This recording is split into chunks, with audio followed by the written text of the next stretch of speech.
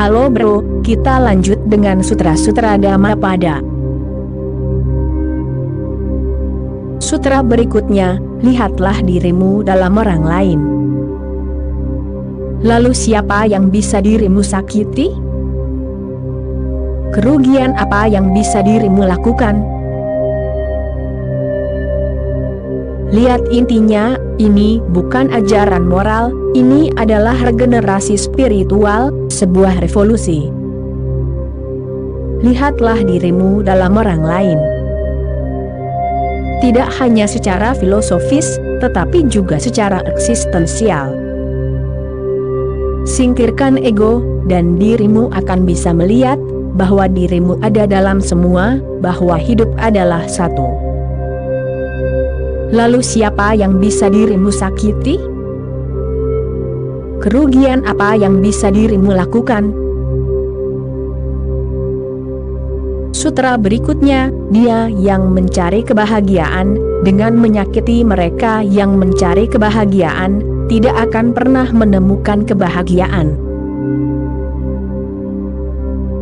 Jika dirimu mencoba mencari kebahagiaan dengan menyakiti mereka yang juga mencari kebahagiaan, dirimu tidak bisa menemukan kebahagiaan, karena dirimu bahkan belum memahami hal yang paling mendasar tentang kehidupan.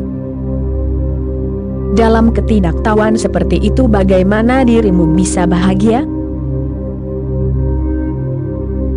Lihat saja sekeliling, lihat dengan mata yang penuh kasih, lihat dengan pikiran tanpa ego, dan dirimu akan melihat bahwa kehidupan benar-benar menentang destruktivitas. Kehidupan adalah energi kreatif. Bahkan jika terkadang orang bunuh diri, mereka melakukannya bukan untuk melayani kematian, melainkan untuk melayani kehidupan. Orang yang bunuh diri adalah orang yang sangat mencintai kehidupan dan merasa frustrasi, kecewa. Pada saat-saat kekecewaan itu, mereka menjadi gila. Ingatlah, orang yang bunuh diri itu tidak menentang kehidupan. Biasanya, itulah yang dipikirkan orang tentang orang-orang ini, bahwa mereka menentang kehidupan. Tidak, mereka terlalu mencintai kehidupan, sehingga kehidupan tidak bisa memenuhi tuntutan mereka. Dalam frustrasi yang amat sangat, mereka bunuh diri. Mula Nasruddin begitu putus asa dengan hidupnya, sehingga ia memutuskan untuk bunuh diri.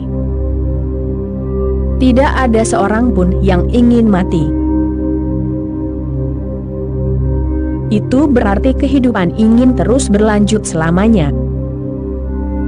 Itu berarti kehidupan mencintai keabadian. Kenyataannya, kehidupan itu abadi. Kematian hanya mengubah bentuk, tidak menghancurkan, tetapi menciptakan ketakutan, karena itu adalah fenomena yang paling tidak dikenal.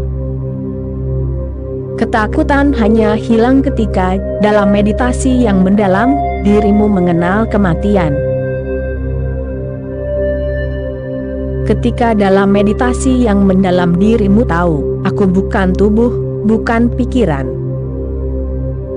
Lalu bagaimana mungkin ada kematian? Tubuh akan masuk ke dalam tanah, debu menjadi debu, tetapi kesadaranmu akan bertahan selamanya.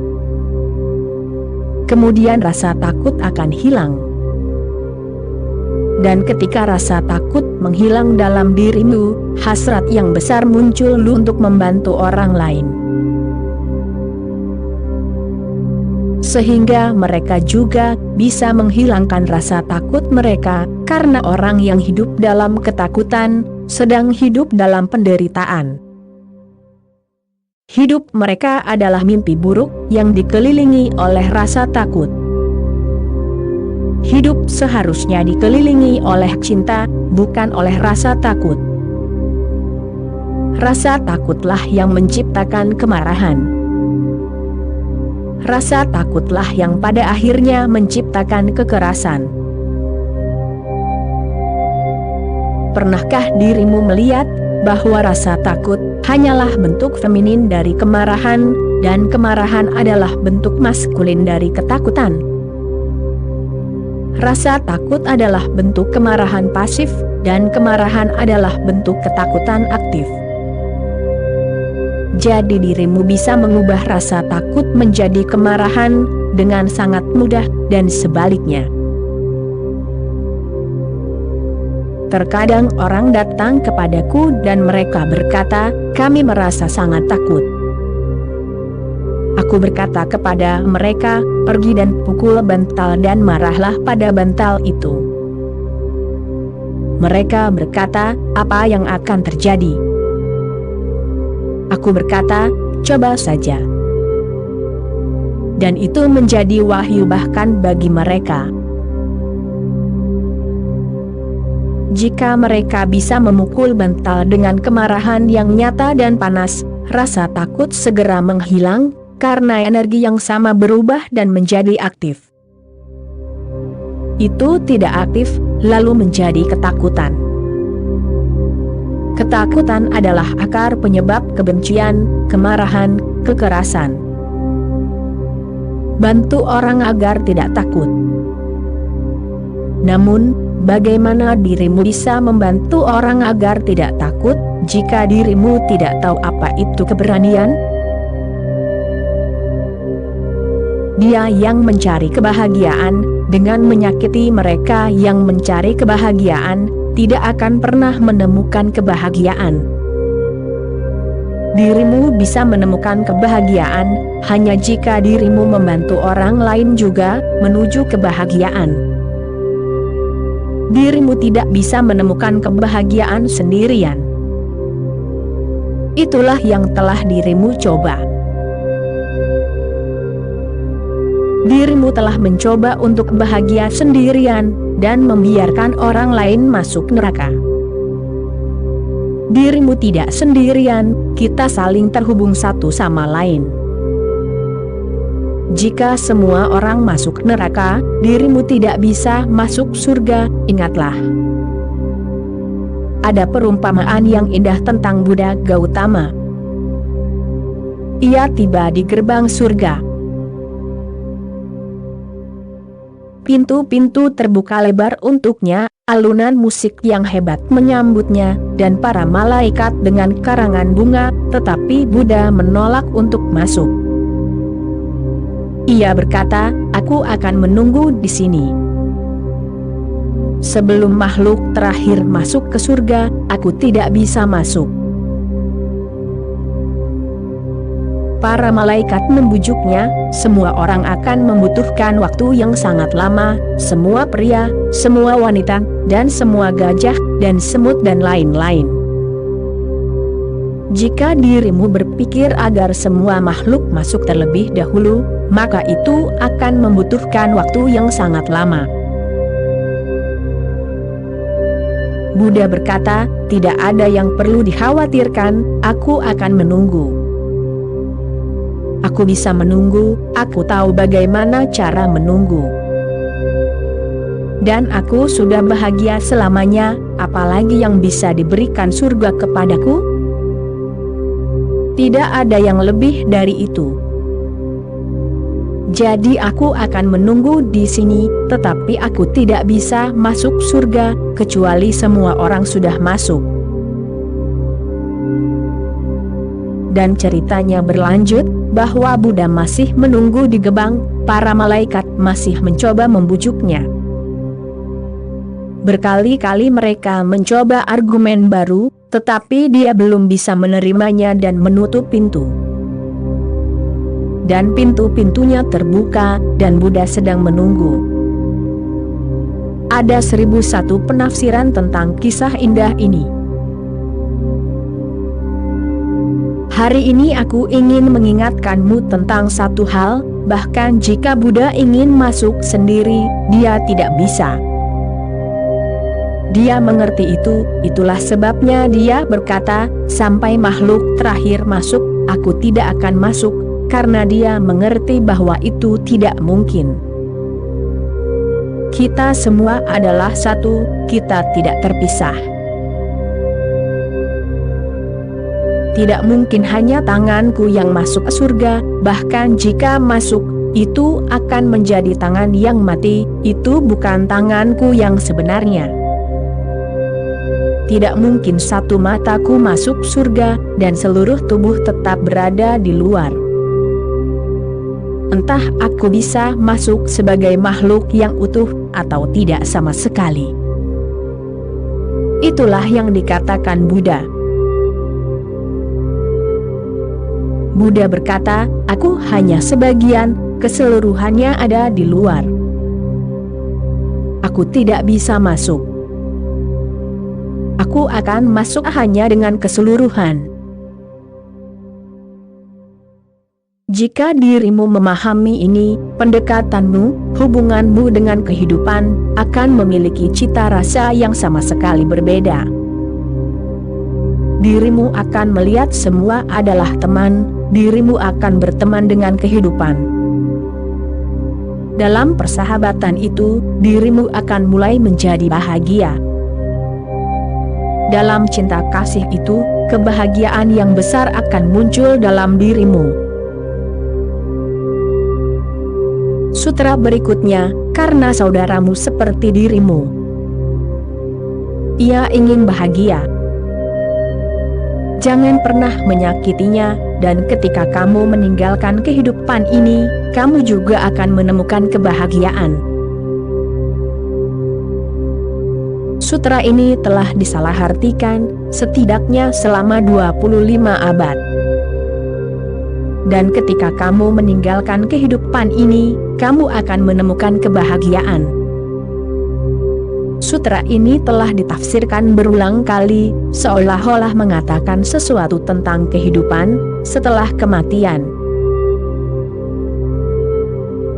Ketika kamu meninggalkan kehidupan ini, ketika kamu meninggalkan tubuh ini, maka kamu akan menemukan kebahagiaan, seolah-olah kebahagiaan adalah sesuatu yang hanya terjadi setelah kematian. Kebahagiaan tidak bisa terjadi dalam kehidupan. Inilah cara para penafsir Buddha. Aku bukan penganut agama Buddhis. Umat Buddhis telah menafsirkannya dengan cara yang negatif terhadap kehidupan. Penafsiranku sama sekali berbeda. Dan aku katakan kepadamu bahwa itulah yang dimaksud Buddha, karena aku tidak hanya menafsirkannya secara filosofis, itu juga pengalamanku. Dan sejauh menyangkut pengalaman, itu tidak bisa berbeda, itu tidak berbeda dari pengalaman Buddha. Ketika Buddha berkata, dan ketika kamu meninggalkan kehidupan ini, yang ia maksud bukanlah kematian. Yang ia maksud hanyalah cara menjalani kehidupan ini, cara hidup yang bodoh ini, cara keinginan, ambisi, kemarahan, harta benda, kecemburuan, cara hidup yang bodoh ini. Dan setiap orang yang tidak mendalami meditasi, menjalani hidup dengan cara yang bodoh. Jika dirimu memperhatikan hidupmu, jika dirimu memperhatikan dengan saksama, dirimu akan melihat betapa bodohnya dirimu, betapa brengseknya dirimu.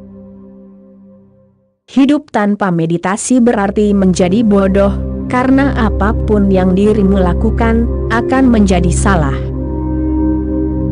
Dirimu tidak bisa melakukan yang benar tanpa meditasi, karena yang benar hanya tumbuh di tanah meditasi. Di tanah pikiran, ambisi dan keinginan muncul. Dan ketika ada ambisi, ada persaingan, dan ketika ada persaingan, dirimu bukanlah teman bagi orang lain. Dirimu adalah musuh, dan orang lain adalah musuhmu. Pikiran yang kompetitif, hidup dengan cara yang bermusuhan, hidup dalam kebencian, hidup dalam kecemburuan, seluruh fungsinya berasal dari kecemburuan. Dan karena kehidupan seperti ini manusia menderita, ia tetap dalam kesengsaraan. ketika Buddha berkata, dan ketika kamu meninggalkan kehidupan ini, kamu juga akan menemukan kebahagiaan. Ia bermaksud, jika dirimu meninggalkan kehidupan ambisi, kecemburuan, kebencian, persaingan ini. Jika dirimu meninggalkan kehidupan ego ini, dirimu akan menemukan kebahagiaan, segera, seketika, di sini saat ini. Ini bukan pertanyaan tentang setelah kematian. Ini bukan pertanyaan bahwa setelah kematian, dirimu akan bahagia. Dirimu bisa bahagia saat ini juga, dirimu hanya perlu mengubah pola hidupmu. Dan pola hidupmu bisa diubah dengan dua cara, entah dari luar, yang merupakan karakter, yang merupakan moralitas, atau dari dalam, dari interioritas, yang merupakan agama. Jangan menjadi seorang moralis. Itu bukanlah cara untuk melakukan revolusi yang sesungguhnya, itu semua hanya tipu daya. Seorang moralis adalah seorang egois, dengan cara yang baru.